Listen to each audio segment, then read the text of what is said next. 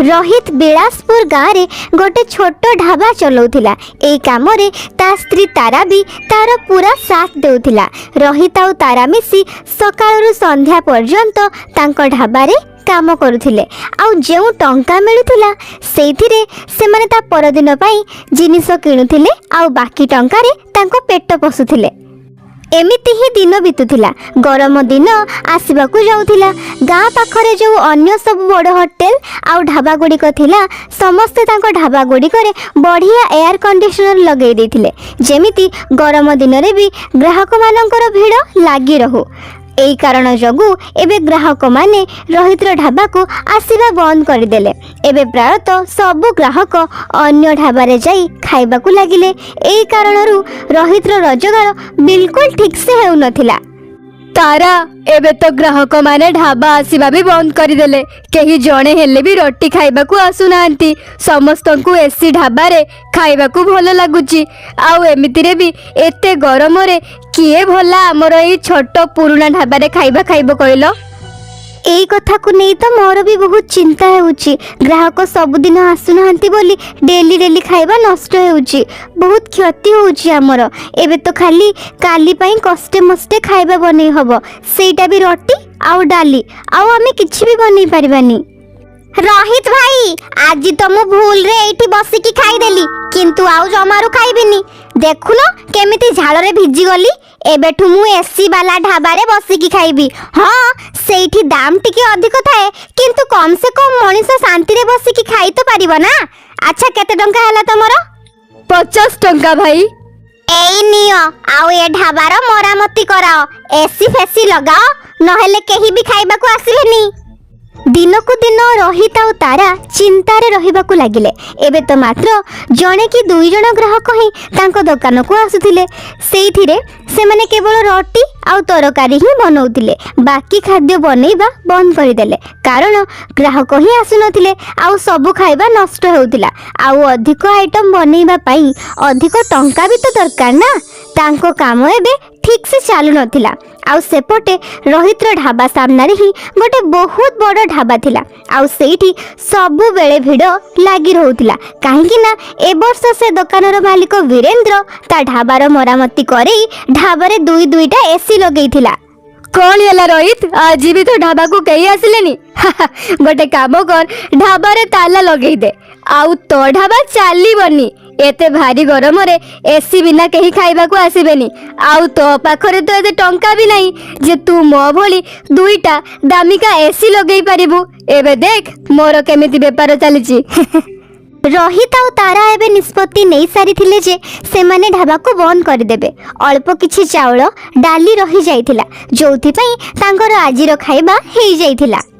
तारा आज जहाँ hub hub कालीठू आमे ताला पकई दबा। मते तो एतिकी भी बिक्री हब बोली कहीं लागुनी। पूरा दिन सेमिति ही बीतीगला किंतु जणे भी ग्राहक सेठा को आसिलेनी। तारा मते लगुची आउ केही भी आसीबेनी। राती 10टा बाजी गलानी। चलो चाबी पकेई घर को पळेइबा। आउ सामना रे वीरेंद्र दुकान रे भीड़ लागिची। आमर ए भंगा दुकान को किए बा आसीबो?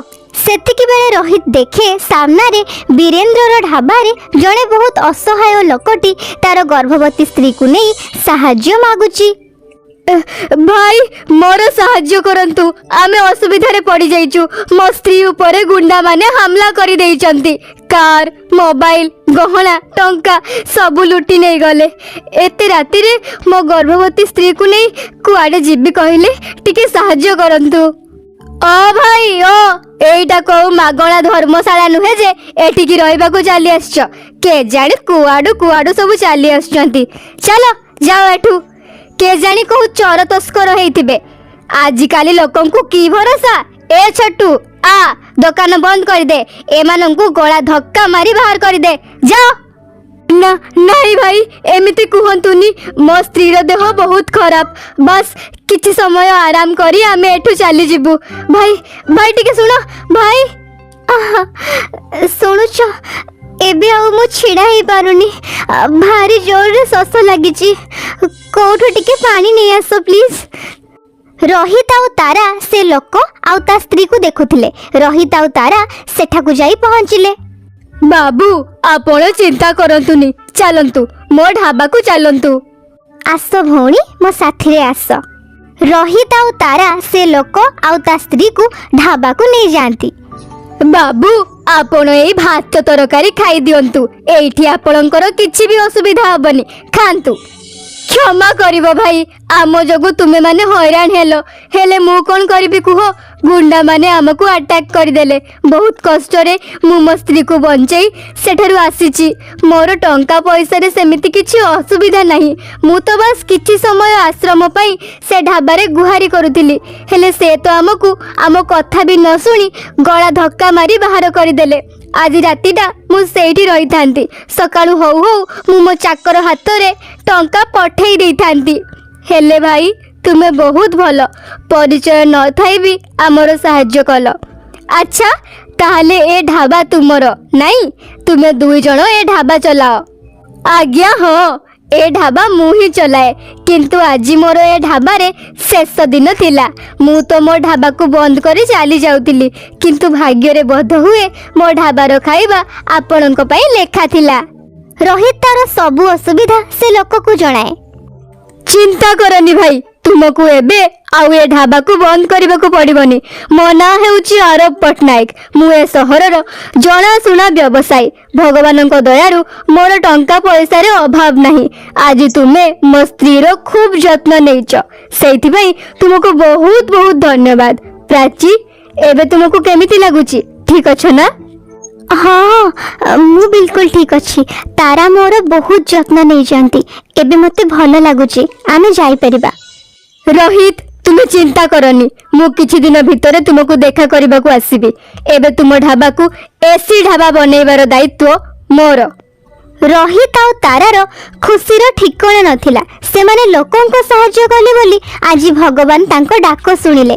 କିଛି ଦିନ ପରେ ଯେତେବେଳେ ଆରବ ପଟ୍ଟନାୟକ ସେ ଢାବାକୁ ଫେରେ ତ ତା ହାତରେ ମିଠାର ବାକ୍ସ ଥିଲା। ତା ସ୍ତ୍ରୀର ପୁଅ ହୋଇଥିଲା। ପିଲା ଭଲରେ ଭଲରେ ହେଇଯିବା କଥା ଶୁଣି ରୋହିତ ଆଉ ତାରା ବି ବହୁତ ଖୁସି ହୁଅନ୍ତି। ଆରବ ପଟ୍ଟନାୟକ ନିଜ ଟଙ୍କାରୁ ରୋହିତ ଆଉ ତାରାକୁ ଗୋଟେ ବହୁତ ବଢ଼ିଆ ଆଉ ବଡ଼ ହୋଟେଲ ବନେଇ ଦିଏ, ଯୋଉଟା ଫୁଲ୍ଲି ଏୟାର କଣ୍ଡିସନର ଥିଲା। ରୋହିତର ହୋଟେଲ କୌଣସି ବଡ଼ 5 ଷ୍ଟାର ହୋଟେଲଠୁ କମ୍ ନଥିଲା। ଏବେ ତ ଗ୍ରାହକମାନଙ୍କ ଭିଡ଼ ତାଙ୍କ ହୋଟେଲରେ ହେବାକୁ ଲାଗିଲା। ହୋଟେଲ ଦେଖିବାକୁ ବହୁତ ସୁନ୍ଦର ଥିଲା। ରୋହିତ ଗାଁର ଆହୁରି ଗରିବ ଲୋକଙ୍କୁ ତା ହୋଟେଲରେ ଚାକିରି ଦେଲା। ରୋହିତର ହୋଟେଲ ଦିନ ରାତି ସବୁବେଳେ 24 ଘଣ୍ଟା ଖୋଲା ରହୁଥିଲା, ଯେମିତି ଗ୍ରାହକମାନେ 24 ଘଣ୍ଟା ସ୍ୱାଦିଷ୍ଟ ଭୋଜନର ଲାଭ ଉଠାଇ ପାରିବେ। ଗରିବ ଲୋକମାନଙ୍କ ପାଇଁ ସେ ହୋଟେଲରେ ମାଗଣା ଖାଇବା ମିଳୁଥିଲା। ଆରବ ପଟ୍ଟନାୟକ ତା ସ୍ତ୍ରୀ ସହ ପ୍ରାୟତଃ ସେ ହୋଟେଲକୁ ଖାଇବାକୁ ଆସୁଥିଲେ। ଆଜି ରୋହିତ ପାଇଁ ଆରବର ସ୍ତ୍ରୀ ଆଉ ପିଲା ସୁରକ୍ଷିତ ଥିଲେ। ଆଉ ଆରବ ପଟ୍ଟନାୟକ ବି ରୋହିତ ପାଇଁ ଯାହା କଲା ତାହା କୌଣସି ବଡ଼ ଉପକାର ଠାରୁ କମ୍ ନଥିଲା। ସେଇଥିପାଇଁ ତ କହନ୍ତି ଯେ ଭଗବାନ ସଦା ସର୍ବଦା ଭଲ ଲୋକଙ୍କ ସହିତ ଭଲ ହିଁ କରିଥାନ୍ତି। ତେଣୁ ଆମକୁ ସବୁବେଳେ ଅସହାୟ ଲୋକଙ୍କର ସାହାଯ୍ୟ କରିବା ଉଚିତ।